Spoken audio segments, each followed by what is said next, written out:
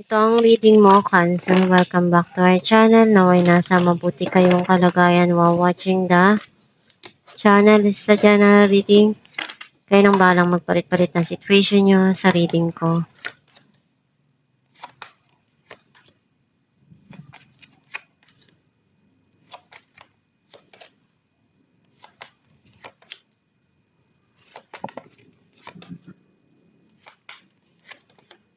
At the bottom of the deck, the Sun. I feel like ang nasa-sense ko na energy mo, nakita ko na andun yung masaya ka ngayon sa mga nangyayari sa buhay mo, sa mga dumarating at binibigay sa'yo.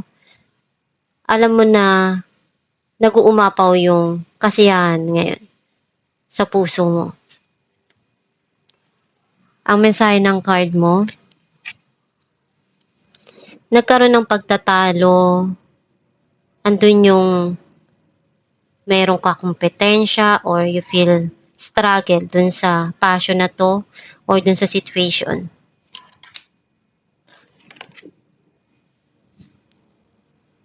Maramdamin at sensitive kang tao.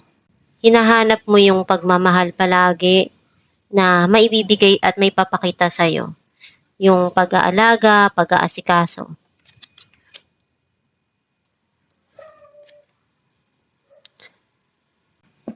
Kapag may gusto ka, gagawin mo lahat ng kaya mo para makuha mo kung ano yung gusto mo.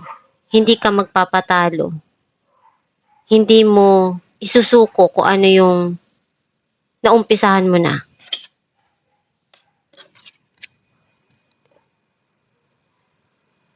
Iniisip mo kung ano yung kailangan na gawin para sa kinabukasan mo. May mga plano ka sa buhay mo na one day gusto mo na makuha or mangyari yun.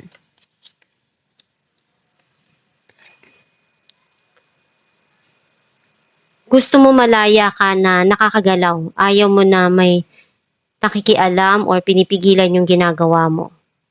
Some of you, nag-grow yung financial mo. Nakukuha mo kung ano yung gusto mo. Nagiging matatag ka doon sa mga pinagdaanan mo.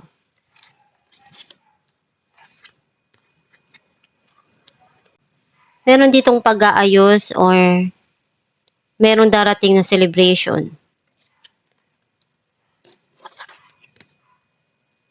Ngayon nagkakaroon na ng linaw yung mga nangyari sa buhay mo. Ngayon mo naiintindihan kung bakit. Clarify natin ang 5 of Wands, the Devil, and 7 of Cups. You feel connected pa rin dun sa situation sa nakaraan or dun sa past person. Even though marami kang option, pero natatangi yun eh. At nahihirapan kang pumili or magdesisyon. Clarify natin ang King of Wands, King of Swords, and the High Priestess. Sometimes nawawala ka sa mood mo. Nagsusungit ka or may mga desisyon kang kailangan na gawin dito para sa sarili mo. Some of you, andun yung you're keeping a secret. Ayaw mong ipaalam sa iba kung ano yung mga nangyari sa buhay mo. Clarify natin ang 9 of Pentacles, King of Wands, and 10 of Cups.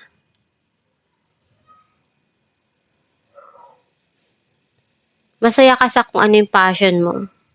Some of you, andun yung very fiery. Masaya ka dun sa taong binibigay kung ano yung gusto mo, yung pagmamahal, yung attention, yung pangangailangan mo. Clarify natin ang 3 of Cups, Page of Pentacles, and 4 of Cups.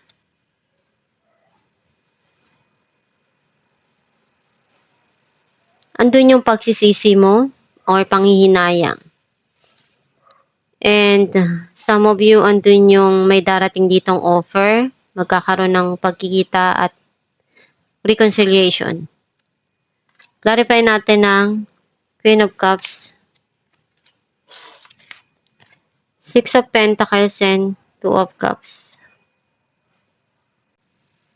Gusto mong maibigay yung pagmamahal at napunuan yun. Kung ano yung pagkukulang, kung ano yung kailangan doon sa relasyon, gusto mong maibigay yun. Or gusto mong makuha yung pagmamahal at attention. Clarify natin ang Two of Wands, Nine of Cups, and Six of Swords. Unti-unti ka nang nag-heal, nagiging okay, at gusto mo nakalimutan yung mga nangyari sa nakaraan. Meron ka ditong inaasam na gusto mong makuha. Clarify natin ng Strength, King of Cups, and the Moon. Andun yung pagmamahal nitong tao na to.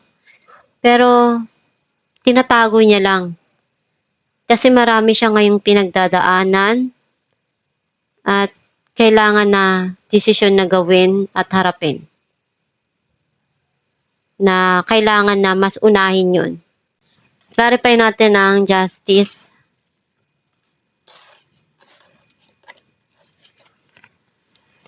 Three of Swords, and the Emperor. Nalulungkot ka kasi hindi mo nakuha kung ano yung gusto mo.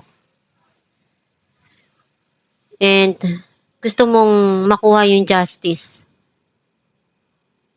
And hinihintay mo yun. Some of you may tao na kumukontrol sa buhay mo.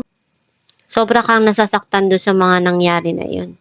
Kasi alam mo sa sarili mo na ayaw mo yung pinakikialaman kung ano yung gusto mo. Some of you meron ditong third party. And ayaw mo ipakita kung ano yung nararamdaman mo eh. Kahit sobrang sakit na ng puso mo at feeling mo wasak na wasak ka, ayaw mong ipakita yung kahinaan mo. Alamin natin kung anong mensahe para sa'yo.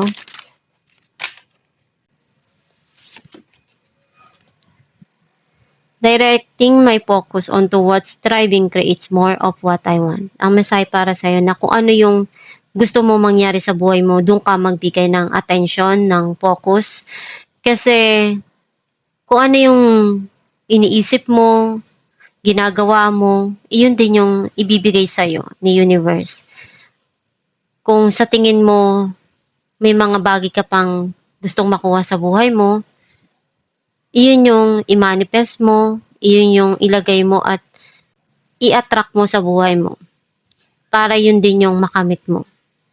Magdasal ka lang palagi, hilingin mo sa Diyos Ama na ibigay sa'yo kung ano yung pinapangarap mo at gabayan ka sa mga ginagawa mo.